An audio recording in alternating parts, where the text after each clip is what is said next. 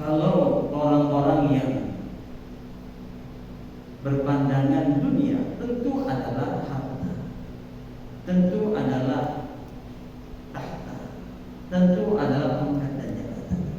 Ini pemberian Allah yang berharga. Bahkan harta, pangkat, tahta ini menjadi standar sosial seseorang. Jadi seseorang itu dikatakan tingkat sosialnya tinggi kalau dia memiliki mobil ataupun rumah mewah ataupun apartemen atau juga memiliki pangkat dan jabatan. Ini ukuran orang-orang yang berpikiran materialistis, berpikiran dunia. Tapi kalau kita ingin samakan persepsi kita dengan baginda Rasul Nabi kita Muhammad SAW, ternyata pandangan Nabi tidak begitu. Nabi katakan dalam hadis ini, khairu ma'atiyal insan khuluqul hasan, bahwa sebaik-baik sesuatu yang Allah berikan kepada manusia, sepaling-paling baik, sepaling-paling berharga, bernilai yang diberikan kepada manusia khuluqul hasan, yaitu akhlak yang baik. Itu yang paling penting. Dari manapun dia, apapun agamanya, kalau akhlaknya cakep, maka akan bagus, baik di mata Allah, malaikat, nabi ataupun masyarakat. Itu pemberian yang teramat sangat mulia, khuluqul hasan. Ya. Kenapa? Karena Nabi dipuji oleh Allah karena akhlaknya. Wa innaka la'ala khuluqin 'azim. Bukan karena kecerdasannya, bukan karena kegantengannya, bukan, tapi karena akhlak.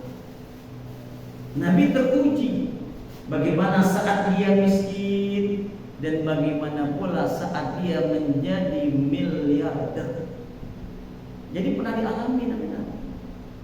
Ya, saat miskin begitu susah hidupnya, tetap dia berakhlakul karimah. Saat kaya di atas puncak bahasa kita ya, dengan hidup bergelimang harta, tetap akhlaknya mulia. Bahkan gak tanggung-tanggung uang dihabiskan hanya untuk kepentingan dakwah. Ini masalah hadirin. Nah, jadi akhlak pemberian Allah yang paling mulia bagi kita itu akhlak. Kalah harta, benda, pangkat, jabatan, kalah. Ya. Dan manusia merindukan orang-orang yang berakhlak. Sehebat apapun ilmu kita, sehebat apapun pangkat jabatan kita, kalau nggak ada akhlak, orang nggak muliakan, orang kagak hiraukan. Bahkan boleh jadi dia mulia lantaran dia punya jabatan, tapi ketika udah kagak, selesai. Ya. Berapa banyak orang-orang yang luar biasa waktu hidupnya disanjung, dipuja dan lain sebagainya, ketika dia sudah meninggal, selesai. Dia ada lagi orang yang kenal. Ya, apalagi waliyadzubillah, orang mengenal keburukannya, ini teramat sangat menyedihkan. Ya, nah jadi pemberian Allah yang paling berharga buat kita adalah akhlakul karimah. Ya, maka ini yang diusung oleh Habibana Al-Habib Muhammad Rizal bin Syam adalah revolusi akhlak, bukan moral, bukan mental, akhlak. Kenapa? Akhlak ini ajaran Allah yang Allah titipkan kepada Nabi kita Muhammad SAW. Ya, habis ini nggak pernah bawa-bawa revolusi moral, revolusi mental, tapi revolusi akhlak. Diperbaiki akhlak manusia seperti akhlaknya Nabi kita Muhammad SAW.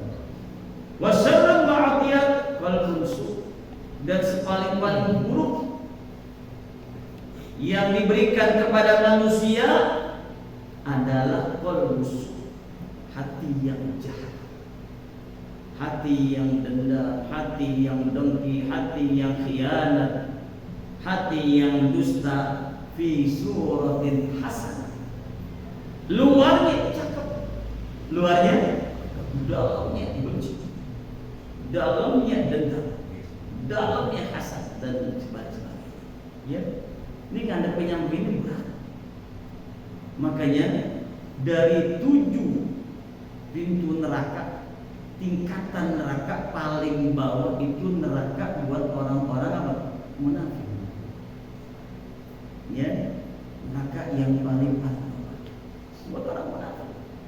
Kenapa? Manis di lisan, murah di senyum, cakep di wajah, hatinya waliyahulillah. Ya, nah maka dari itulah jangan sampai kita memiliki akhlak sifat semacam ini. Ya, kalau orang kafir jelas dia benci, dia tampakkan kebenciannya. Orang mukmin jelas dia cinta, dia tampakkan kecintaannya. Ya repot orang munafik. Ya, dia benci tapi dia tampakkan kecintaan. Kan tidak bingung. Kita mengusir, oh saya mahabbah, saya cinta, saya ini. Tapi hatinya menaruh rasa. Ya, ini yang paling berat. Ya, jadi seburuk-buruk pemberian Allah kepada manusia adalah qalbus. Ya, orang yang diberikan hati yang apa? Jadi memang meluruskan, memperbaiki hati manusia itu nggak mudah, nggak mudah. Ya, makanya Al-Quran kita nggak akan bisa merubah isinya. Inna nahnu nazzalna dzikra wa inna lahu lahafidhun. Kami yang turunkan Al-Quran, kami yang jaga, kata Allah. Siapapun orang yang kepengen menggonta-ganti, pengen merusak isi Al-Quran, tetap ketahuan. Siapapun orangnya. Kenapa? Karena dijaga oleh Allah. Kita nggak mampu merusak Al-Quran, tapi Quran mampu memperbaharui kita punya kehidupan. Berapa banyak orang-orang yang berubah hidup setelah bersentuhan dengan Al-Quran, setelah mengkaji Al-Quran, mendengar Al-Quran. Seorang Umar Ibn Khattab gara-gara mendengar surat Toha sadar, turun hidayah. Yang tadinya ingin bunuh Nabi, memusuhi Nabi, berbalik menjadi orang yang terdepan membela Nabi. Ya, ini ma'asrul hamid. Nah, jadi yang paling berat musuh Nabi bukan di Mekah tapi di Madinah. Kalau di Mekah musuh Nabi jelas orang-orang musyrik. Tapi di Madinah musuh Nabi orang munafik. Mulai bermunculan orang-orang yang berpura-pura masuk Islam. Maka berapa banyak strategi-strategi Nabi yang bocor akibat orang-orang munafik. Ya, akibat orang-orang munafik. Maka yang paling berat kita berhadapan dengan orang munafik. Ya, sampai Mukarram mengatakan, ketika aku berjuang, perjuanganku teramat ringan karena yang aku hadapi kolonial, penjajah. Ringan kelihatan penjajah kayak gimana? Dia pakai seragam company, orang penjajah, kan gitu. Ya, jadi orang-orang kita yang pakai seragam company masuk kategori dalam fatwanya Majelis Ulama itu masuk penjajah dan halal darahnya untuk diapain? Dibunuh. Orang kita ya direkrut oleh penjajah Belanda, direkrut oleh penjajah Jepang, jadi tentara Belanda, jadi tentara Jepang dengan pakaian apa? Company halal darahnya. Udah bukan lagi jauh, udah bukan lagi saudara kita, karena masuk kategori orang munafik. Bodoh. Ya, sekarang mengatakan dalam masaku peperangan itu teramat sangat mudah, ringan, karena ketahuan mana musuh, mana kawan, mana lawan, mana kawan ketahuan. Tapi di zaman kalian nanti hidup itu nggak ada perbedaan, mana kawan, mana lawan. Kita nggak bisa bedain yang kawan kita yang mana, yang lawan kita yang mana. Akhirnya kita salah nebak. Yang kawan kita jadikan lawan, yang lawan kita jadikan kawan. Akhirnya kita ditikam dari belakang. Artinya apa? Banyak sekarang orang-orang munafik. Banyak orang munafik. Ya, ini masalah kami. Jangan sampai kita masuk kategori orang-orang munafik. Ya, makanya ya ini ketika kita membaca berita politik Ya, berita politik yang saat ini di mana Puan Maharani mendapatkan tugas dari ibundanya Ibu Mega untuk bisa menggait Demokrat untuk masuk ke dalam koalisi PDIP dengan mengiming-imingi RI 2 buat AHY.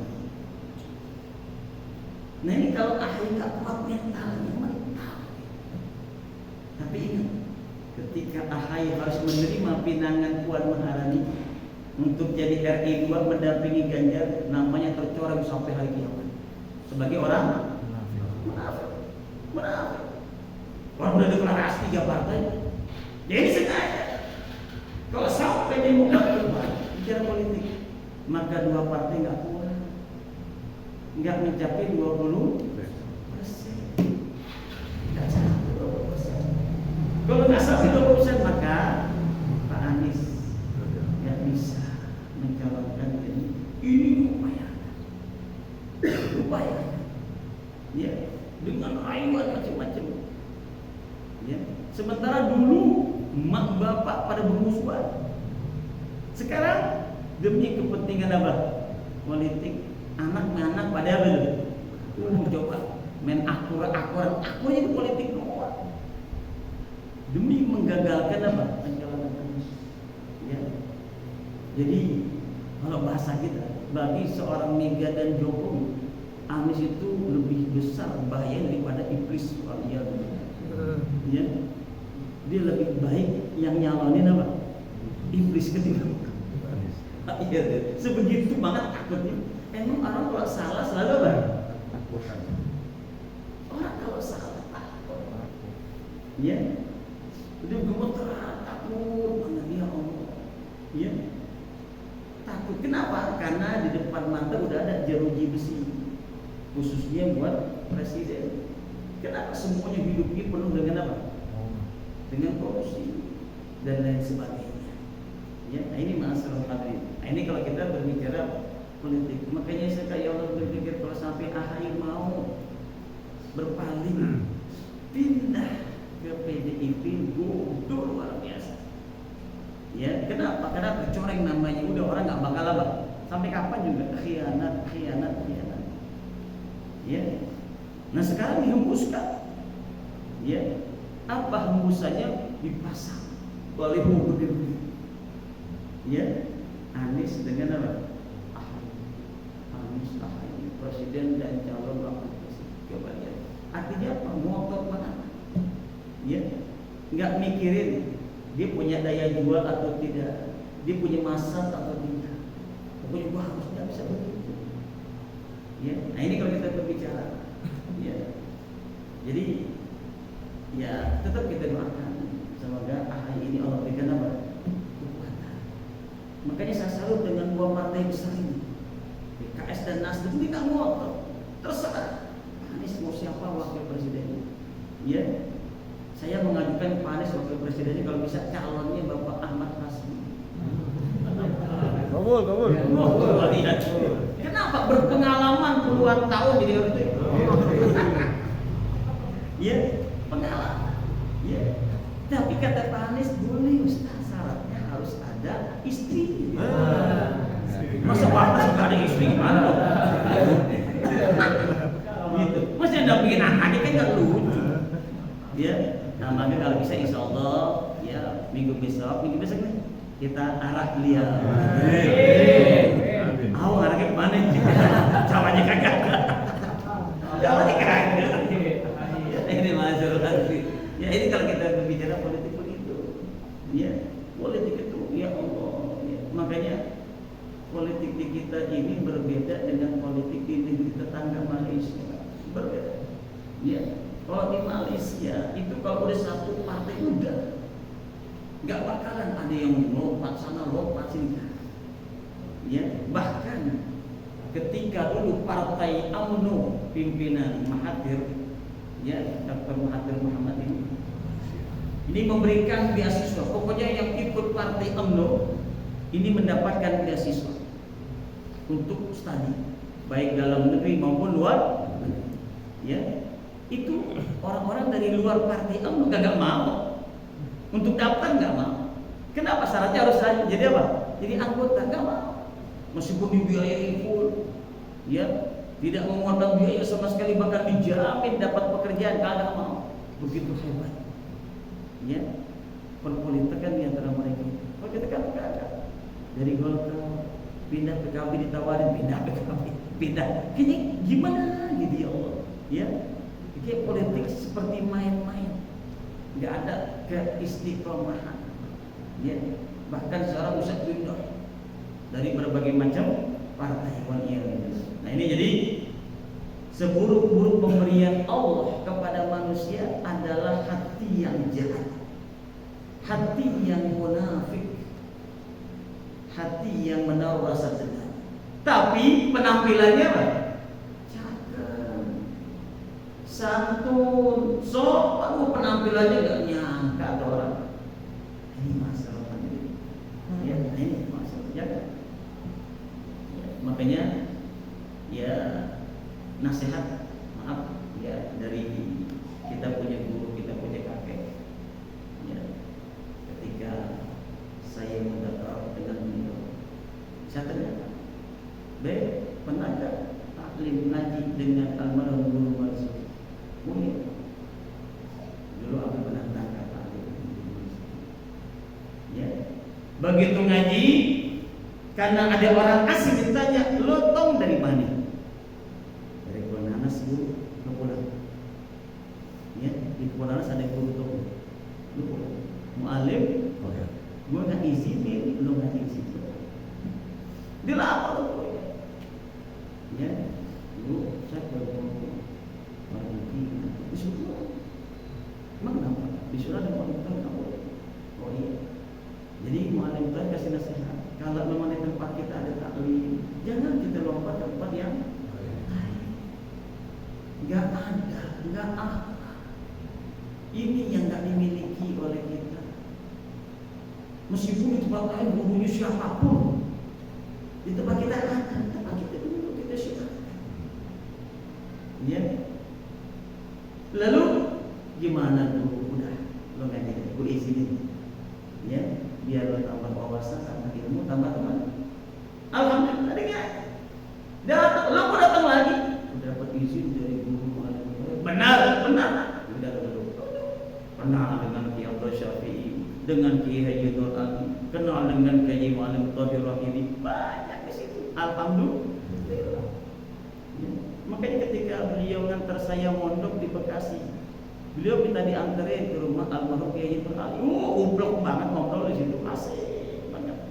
Sesama murid almarhum Mu'alim Marzuki bin Mirsad. Ini masalah.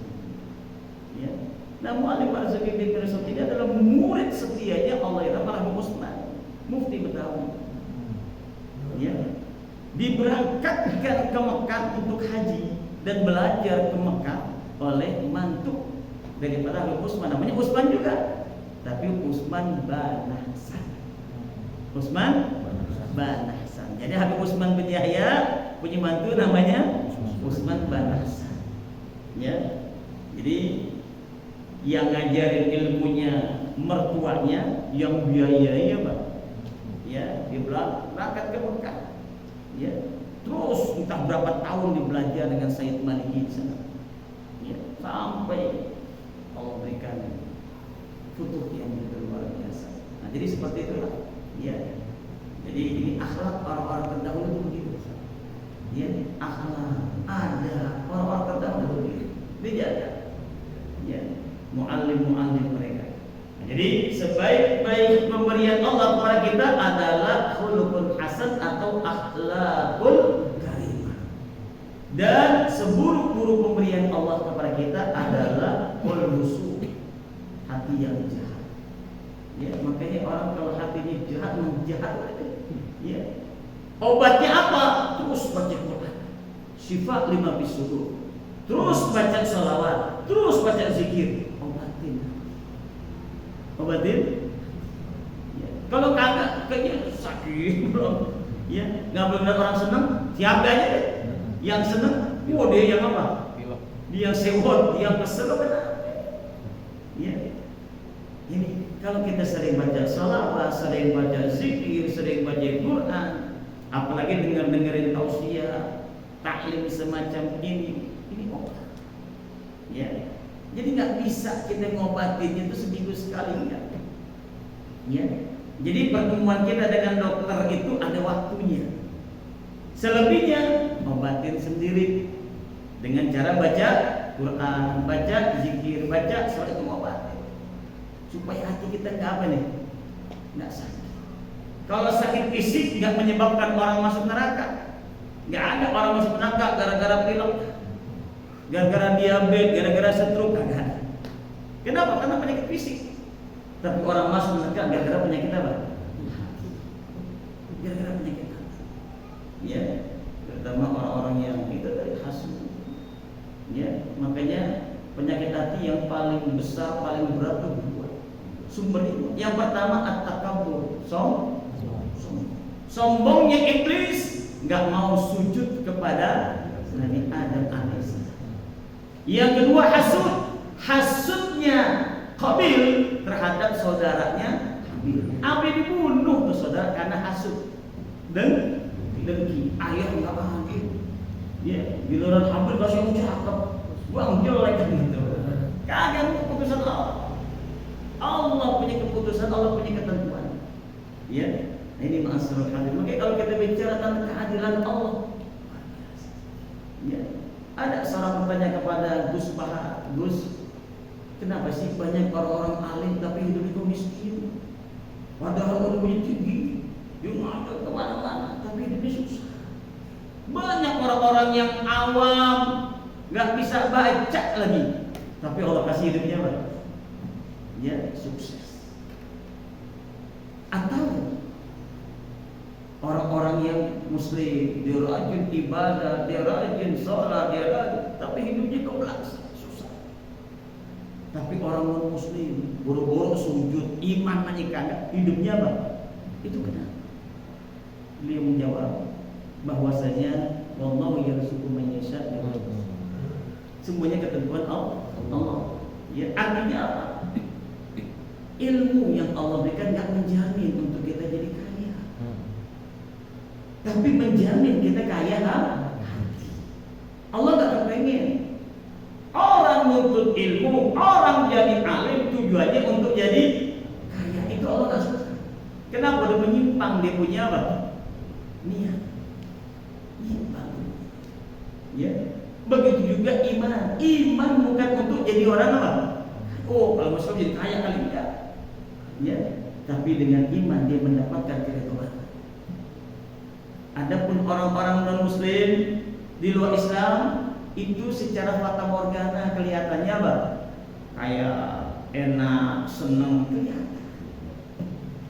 Tapi kalau kita tahu isi hatinya gelisah, cemas, khawatir, takut dan lain sebagainya, nggak ada tenang dalam hidupnya. Tapi seorang muslim biar kata tinggal di gubuk reot, tapi tetap hidupnya apa? Asik, tenang.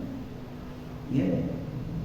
Di mana ada seorang musbah bercerita, ada seorang pasangan suami istri yang udah lansia. Ya, usianya udah 70 tahun.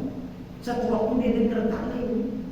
Ya, bahwasanya ada satu pembangunan masjid yang terbengkalai lantaran kehabisan dana. Siapa yang mau bersedekah, siapa yang mau berinfak, maka manaqasa malun min sadaqatin bal yasdad. Allah bakal tambah yang mau sedekah. Pulang nih suami sampaikan kepada istri. Istri ngomong, iya, tapi yang kita sedekahin apa? Pengen bu sedekah, pengen bu, tapi apa? Gimana bu kalau Allah kita jual? Kita buat apa? Sedekah. Benar Pak, serius? Iya, yaudah, dijual dengan harga 300 juta. 150 juta disedekahin. Coba lihat, 100 juta. Beli rumah 100 juta nggak ada apa, 150 juta dipakai buat kontrak, diberangkat ibadah haji. Ya, diberangkat ibadah. Ya, di haji sampai satu waktu. Dia itu dibawa duit haji itu 50 juta. Ya, 50 juta. kemudian dihabisin buat apa? Sedekah. Dia kepengen buktikan benar gak bal yazdad, bertambah dan bertambah dan bertambah. Ya. Istilah kata pulang haji udah gak punya apa. Akhirnya ketika uang tersisa 10 juta, ya, di Saudi ada orang jual batu asli. Jual apa? Kayaknya cakep batu. Tanya, Bang, batu berapa? 100 juta. Oh, mahal amat. Ya. Dan saya cuma 10 juta, kan nggak dapat. Ya, dia beli, dan Bang, ya, begitu dia jalan. Nah, sini, Bang, Bapak mau batu ini? Ya, saya sih kepengen, uang saya nggak cukup. Ya, uang ada berapa? Tinggal 10 juta. Nggak ada lagi, nggak ada lagi. Yaudah dah. Nih Pak, dari saya 10 juta nggak apa-apa, nggak usah bayar buat Bapak, hadiah dari saya. Segitu Pak. Berangkat. Sampai. Ya. Nah, ketika duit habis, berniat untuk menjual batu tersebut. Ya, ketika dijual ternyata orang yang mau beli Allah berikan kejujuran. Pak, ini batu mau dijual berapa? Terserah situ dia berapa? Saya dikasih orang, ya, disuruh masuk. Pak, ini batu nggak sembarangan. Batu mahal. Ya, saya hargai batu ini dengan harga 1 miliar. Kira-kira Bapak mau nggak? Tapi jangan ngomong omong orang bisa lebih dari itu. Tapi masa 1 miliar dibayar? Ini berarti nggak salah. Nggak salah 1 miliar banyak amat. Nggak 1 miliar. Ya, ini nggak kemahalan Pak, enggak. Makanya saya minta Bapak tolong, ya, tolong terima 1 miliar dari saya. Ya udah terima. Ya Rabbana, ya. Dia nyumbang 150 juta ke masjid, ya, balias. Ya. Tapi memang kudu pusing dulu. Kalau belum ngalamin pusing, stres ya. Ya Rabbana, ya, pusing dong. Ya. Enggak pusing habis. Ya. Sampai benar-benar kita itu, ya, boleh dikatakan nggak ada yang kita yakini kecuali apa? Allah. Banyak orang-orang yang semacam itu. Hidupnya sudah boleh dikatakan udah genting banget, udah tinggal kematian. Ya, ketika tinggal kematian, dia mau bunuh diri, dia mau apa, ya. Tapi yang dia ingat apa? Allah. Seketika Allah bantu. Nggak ada yang diingat kecuali Allah. Seketika Allah bantu. Ya, ini masalah hati. Ya. Jadi jangan nyumbang 20.000 harus 1 miliar, ya Allah. Ya, karena sisa duit kita masih apa? Masih banyak. Jadi ya mas sekalian, mohon maaf. Ya, kalau kita bersedekah, kita punya uang 1 juta, sedekah 100.000, itu jauh balasannya. Karena masih apa?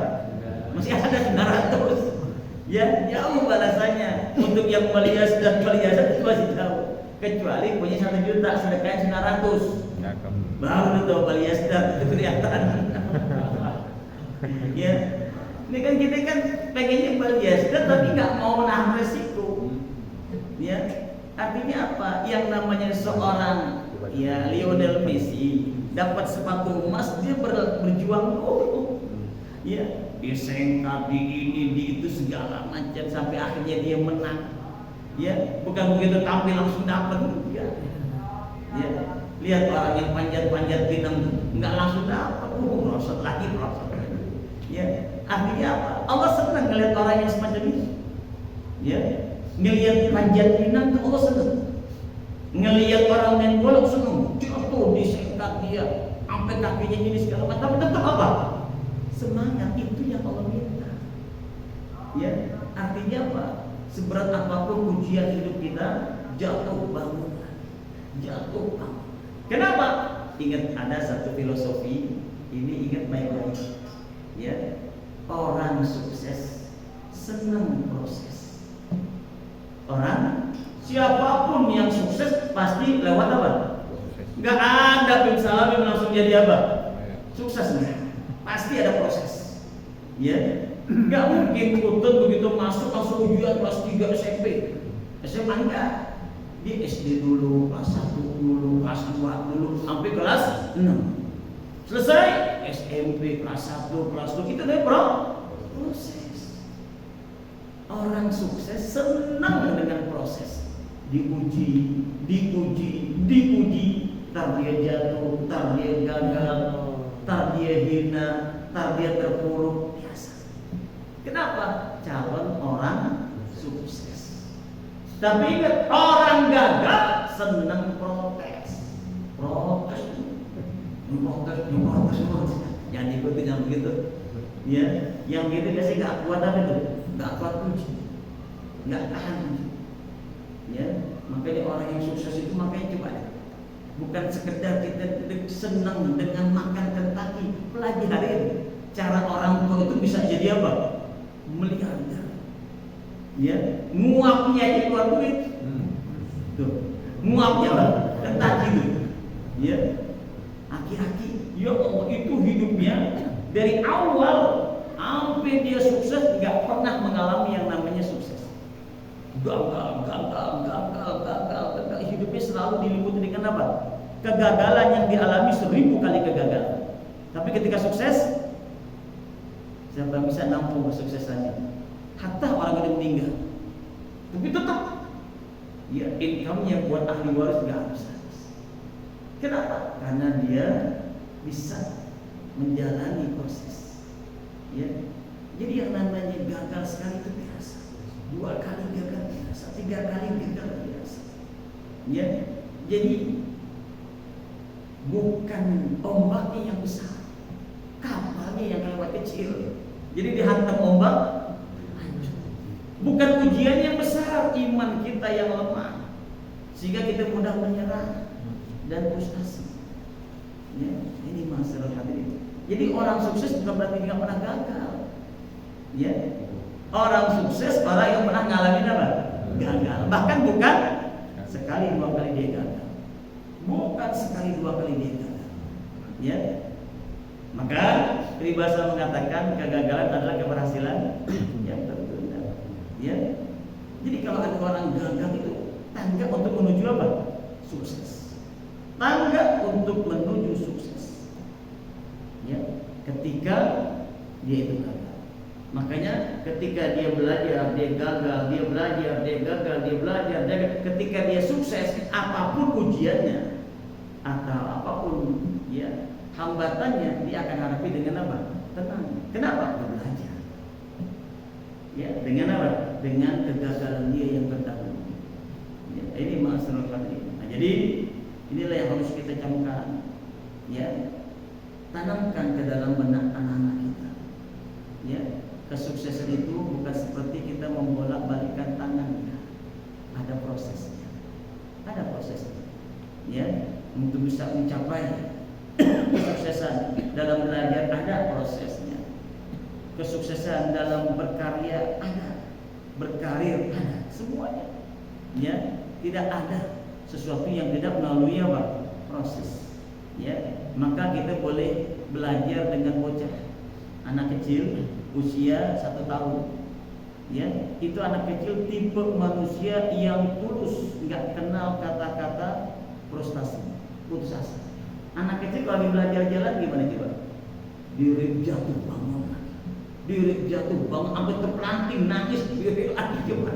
Ya Allah, ya nggak ada kata-kata. Dia menyerah, ya dia kapok, kagak ada. Terus, makanya kalau kita lihat seneng gitu, dia berupaya semaksimal mungkin. Ya, kenapa? Karena yang ada dalam pikiran anak kecil, saya pasti bisa. Tapi kenapa pikiran itu bisa hilang ketika orang itu sudah apa? Udah besar, ya, udah besar. Makanya anak kecil itu pola pemikiran mindsetnya itu murni 100% yang Allah berikan. Yang pertama sifat tawakal. Tawakalnya anak kecil itu 100% seperti tawakalnya para nabi dan para rasul. Tawakalnya anak kecil. Contoh anak kecil nih, ya, yang umur 1 tahun kita angkat, digira. Wah, dikira. Kenapa dikira? Karena dia yakin bakal ditangkap. Nggak mungkin dong kita bilang burak. Gitu gak? Kagak. Keyakinan dia tuh, keyakinan anak kecil. Dia kira karena dia yakin bakal diapain? Ditangkap. Nggak mungkin. Padahal dia nggak kenal siapa yang apa. Nangkap dia tidak kenal. Mungkin teman bapaknya, mungkin bibinya, mungkin tetangganya, entah siapa. Boleh jadi tukang sayur. Disedot aja. Oh, dilempar terus. Oh, dilempar. Ya. Kenapa dia kira? Artinya dia kira itu dia yakin. Ya, pasti saya bakal ditangkap. Nggak mungkin dibiarkan. Ya, nah itu yang pertama. Yang kedua, ketika dia belajar jalan, dia jatuh, bangun lagi, dia jatuh, bangun apa lagi, terpelanting. Begitu terguling, jatuh, nangis cuma sekedar. Ya, hanya kaget dia jatuh, nangis, sudah selesai. Besoknya latihan lagi, besoknya coba lagi, nggak ada kata putus asa. Kenapa begitu sudah kenal gaduh-gaduh, lontong sayur, mie pangsit, sifat tawakalnya apa? Hilang. Tawakalnya hilang, udah kagak ada Allah deh. Ya, udah nggak ada Allah deh, hilang tawakalnya. Ya, dan sifat yakinnya hilang. Ya, Anda frustasi, takut gagal, takut ini, takut itu. Jadi sifat yang Allah berikan dulu udah apa? Selesai. Ya, makanya anak kecil dibeliin apaan yang mau orang dimakan dia. Kenapa dia yakin orang kasih ini baik? Ya, hartanya dikasih bom dimakan. Nah, begitu. Ya, Nabi Musa alaihissalam di saat usia 1 tahun disuruh pilih oleh Firaun, ya, antara emas dengan bara api. Gue mau tahu benar nggak bocah benar nih? Ya, kalau dia pilih emas berarti bukan bocah nih. Ya, Nabi kan begitu. Ya, dikasih ini emas, ini bara api. Yang dipilih apa? Bara api dimakan. Dimakan. Nangis kejar-kejar. Makanya Nabi Musa tuh lidahnya cair. Kenapa? Karena bekas makan bara. Dia nggak tahu yang lihat dia merah, merah paling cakep nih, manis nih. Diombat, ya tangannya habis melepuh. Ya, dimakan. Ya, dia yakin anak kecil nggak ada seuzonnya kepada orang tuh nggak ada. Seuzon kepada orang nggak ada. Dikasih apaan? Atau perban isinya ganja diterima, dimakan. Ya, dibawa kemana? Diculik, nggak terima. Seuzon orang nggak ada anak kecil. Pertama sifat tawakalnya 100%, seperti tawakal yang para nabi para rasul. Yang kedua nggak ada kata-kata frustasi, putus asa, nggak ada. Selalu yakin akan janji Allah. Siapa yang bersungguh-sungguh pasti dapat dan bisa. Ya. Dan yang ketiga nggak ada kata-kata suuzon terhadap anak kecil. Begitu dia besar, baru sifat itu apa? Antipratikalis, selesai. Ya, udah nggak ada lagi. Ya, padahal itu yang sifat yang dimiliki anak kecil itu murni dari Allah Subhanahu wa taala. Begitu besar udah masuk pemikiran-pemikiran dari berbagai macam kalangan yang bisa merubah dia punya apa? Keinginan atau keyakinan. Ya, makanya ayo kita kembalikan lagi apa yang pernah Allah berikan kepada kita. Mudah-mudahan apa yang kami sampaikan bisa bermanfaatnya. Allah pelihara iman Islam kita dan dari akhirat, dan Allah matikan kita kepada keadaan husnul khotimah. Tak lupa jemaah sekalian, insyaallah malam Rabu kita masuk 1 Muharram 1445 Hijriah. Ya, jadi saya minta malam Rabu ya, karena kita kumpul di sini. Malam Rabu ba'dal maghrib kita kumpul, kita baca doa awal tahun, kita baca doa akhir tahun, kita tahlil doain orang-orang tua kita. Ya, jadi saya mohon yang hadir malam Rabu yang akan datang juga hadir. Malam Rabu yang akan datang hadir. Ya, nanti akan dibagikan doa akhir tahun dan doa awal tahun. Ya, jadi insya Allah ada kaum ibunya mungkin di samping, jadi kaum bapaknya di sini. Ya, jadi kita hidupkan pergantian tahun baru Hijriah dengan kita berzikir, dengan kita bermunajat, dengan kita muhasabah. Ya, mudah-mudahan tahun yang akan datang jauh lebih baik daripada tahun ini. Semoga segala kekhilafan, kealpaan, keteledoran kita di tahun ini, kemalasan kita dalam ibadah mendapatkan ampunan dari Allah Subhanahu wa taala. Dan semoga segala amal ibadah yang kita kerjakan di tahun ini semuanya diterima oleh Allah Subhanahu wa taala. Dan apa yang kita rencanakan untuk kita kerjakan di tahun yang akan datang, dari amal-amal baik, amal soleh, amal ibadah, semuanya dimudahkan oleh Allah Subhanahu wa taala. Dan semoga Allah hindari dan jauhi kita di tahun yang akan datang dari perbuatan dosa dan maksiat. Amin ya rabbal alamin.